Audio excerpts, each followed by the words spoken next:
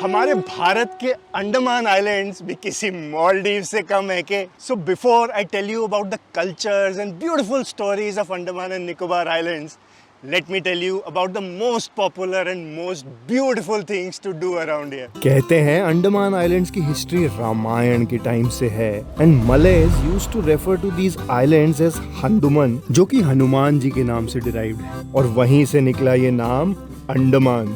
More than 500 of these islands together form this union territory of India, Andaman and Nicobar Islands. So आज मैं आपको बताता हूँ how to spend a week in Andamans and the most amazing places to visit, which is primarily South Andaman, जिसकी capital है port Blair, जहाँ आप दिल्ली से आते हो via a connecting flight majorly from Chennai या कोलकाता. So day 1 मैंने check in किया होटल स्टार पैराडाइज में situated on Marine Hills, and as the name suggests, the sea view rooms were like paradise and even the view from the open dining areas was just amazing. ये blue waters और समुद्र की ठंडी हवा was good enough to freshen me up. इसलिए मैं निकल गया देखने वो जगह जिसका नाम बचपन से सुना था, काला पानी की सजा वाली जेल. अंडमान का सेल्यूलर जेल, जिसके आसपास का पानी पत्थर की वजह से काला दिखने से इसे काला पानी कहने लगे, और काला पानी became a synonym for the worst punishment. Andaman की मोस्ट पॉपुलर डेस्टिनेशन एक सिंबल है हमारे एंसेस्टर्स के सैक्रिफाइसेस का, जिन्होंने हमें आज़ादी दिलाने के लिए अपनी जानें दे दी. इनकी कहानियाँ और जेल के एक्सपीरियंसेस आप यहाँ इस म्यूजियम में पढ़ सकते हो. सेल्यूलर जेल को 7 कॉरिडोर्स के स्टार फॉर्म में बनाया गया, जिसका एक्सेस सिर्फ सेंट्रल टावर से था, और इसका हर एक सेल एक काल कोठरी था. कोई भी बिल्डिंग एक दूसरे को फेस नहीं करती, जिससे एक कैदी दूसरे को देख भी ना सके. इवनिंग में यहाँ sound and light show organize किया जाता है, जिसमें डिटेल से पूरी हिस्ट्री और कहानियां बताई जाती हैं. यहाँ जाकर giving a tribute to our warriors is a must.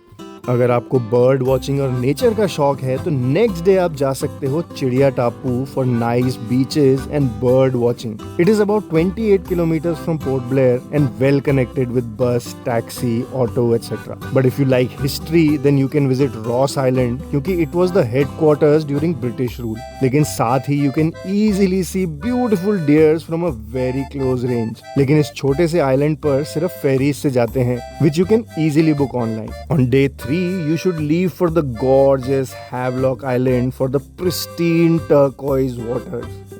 I just love the color of this sea. Havelock जाने के लिए again you need to take a ferry and I chose Macruz की ferry service. 1.5 hours की ये journey खाते पीते बाहर के सुंदर नज़ारे देखते कैसे निकल जाती है पता ही नहीं चलता. And luckily I was invited into the captain's cabin for the best view. Welcome on board Shiva Tales. I'm Captain Bobby. Right now we are cruising at a speed of 24 knots. This ship is comes under high-speed craft. We take just 1.5 hours to reach Havelock from Port Blair. Macruz started in 2009 and we were the first private passenger ships in Andamans. Have a great time in Andamans. Khushiyan always. Havelock पहुंचकर निकलते ही you can either rent a scooty that you can return here itself or you can take an auto. अंडमान्स की amazing बात यह है कि यहाँ generally सब बहुत ऑर्गेनाइज्ड है एंड ऑटो वाले आपको लूटने की कोशिश नहीं करते. एंड यहाँ मैंने चेक इन किया ऑल सीजन्स होटल में और एक स्कूटी रेंट पे लेकर लेफ्ट फॉर विजयनगर एंड काला पत्थर बीच, जो आसपास ही है. Kala Patthar beach is perfect for having a leisure time by the beach and for a swim. यहाँ का सनराइज भी अमेजिंग है in case you are an early riser. But एक और चीज जो यहाँ की फेमस है वो है यहाँ का बड़ा ह्यूज नारियल. काला पत्थर बीच और शायद अंडमान का सबसे बड़ा नारियल. भारी. After this, I went exploring the nightlife of Havelock and checked out one of the many amazing cafes and bars by the beach in Govindnagar. It was a nice, relaxed evening. क्योंकि day 4 was supposed to be a big day as I left for Elephant Beach, famous for its water activities. वैसे तो आप यहाँ के लिए भी फेरी कर सकते हो, लेकिन मैंने चूज किया 2 किलोमीटर का ट्रैक वाला रास्ता, which is quite beautiful. Deep forest के बीच में से निकलता हुआ ये 45 minutes का track is abundant with greens and nature की sounds. लेकिन सबसे इंटरेस्टिंग पार्ट आता है when you have to cross a mangroves वाला हिस्सा जो हाई टाइड में पानी से भर जाता है. So ये मैंग्रोव्स के बीच में से रास्ता बीच की तरफ जाता है. अगर हाई टाइड हो तो there is a lot of water, so you have to open the shoes. पानी से भर जाता है. मेरे टाइम पानी लेवल कम था, which gave me another crazy experience to walk between thousands of crabs. क्योंकि it was marshy, I had to open my shoes and walk barefoot between those crabs. ये वाले crabs. जैसे जैसे आप आगे चलते रहते हो, these little ones keep running away from you and bury themselves in the mud hole. Initially can be a little scary, but you just need to get over that mental barrier कि कुछ नहीं करेंगे वो. They'll just run away or hide. So, but it's not. So it's a little creepy thought कि you are walking in between millions and millions of crabs. Like even right now, I'm going between millions of crabs. इस unique और interesting track के बाद आप finally पहुंचते हो on elephant beach, which is like a natural sea water park. मुझे तो बिल्कुल वाटर पार्क वाली फीलिंग है. Here you can do scuba diving, sea walking, tons of rides, water scooter etcetera.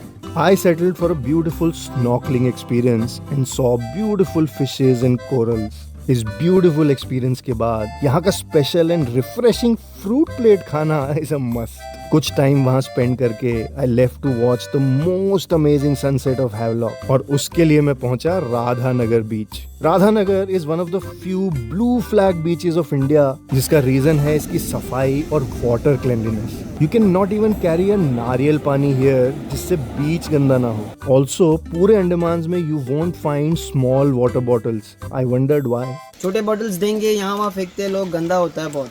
इसीलिए बड़ा बॉटल क्या होता है, आँख में भी आ जाता है तो कोई ना कोई उठा लेता है. जैसे आप मेरे सामने फेंकोगे मैं तो ऑब्वियसली उठाऊंगा, या तो मैं फेंकूंगा आप उठा के लग देते. इसीलिए इस अमेजिंग सनसेट के साथ I ended my day 4 and next day or 2 can be spent in stunning blue Neil islands. वैसे तो it is named after some British official, but Neil यानी blue fits better for this island. I feel it is a perfect place to just relax in beautiful beach properties with stunning views and unwind for a couple of days. क्योंकि now your week is over and it is almost time to head back to take your flight back home. 7 दिन कहाँ चले गए पता ही नहीं चला ना. खैर, मेरा असली काम तो अब शुरू होने वाला है. As now, after this fun side of Andaman, I am going in deeper Andaman and its villages to find stories of their cultures and traditions and explore some hidden places for you. So, ये 11 घंटे की bumpy bus ride to Middle Andaman seems like a fun beginning.